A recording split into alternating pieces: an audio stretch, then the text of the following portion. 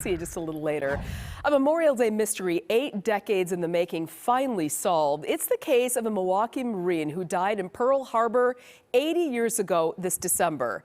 As Jason Calvi tells us now, his remains were never identified, but soon his family says they'll gain closure. That's right, a mystery for 79 years now. He's one of 26,000 Wisconsinites who died in service to their country. Take a look, his name's right here in Milwaukee. Elmer Dreyfel, his name etched in stone here as well as in Kenosha. The date which will live in infamy, December 7th, 1941.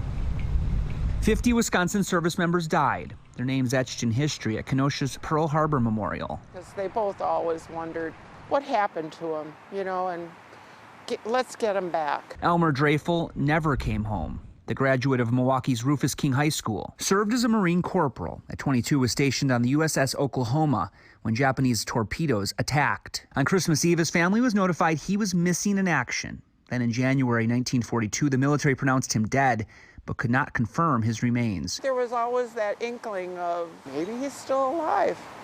Maybe somehow he got through it all. But we never really believed that. From 1941 to 44, the Navy recovered remains of the crew, which were interred in Hawaii. Most were unidentified. Then in 2015, the unknown remains were exhumed again. And in 2020, a match, DNA solving the mystery. It was exciting, and it was also kind of sad because our mom and our aunt aren't here to be with us when we really bury him where he was meant to be. Meant to be, next to his parents, Hilda and Edwin, who both died in 1953.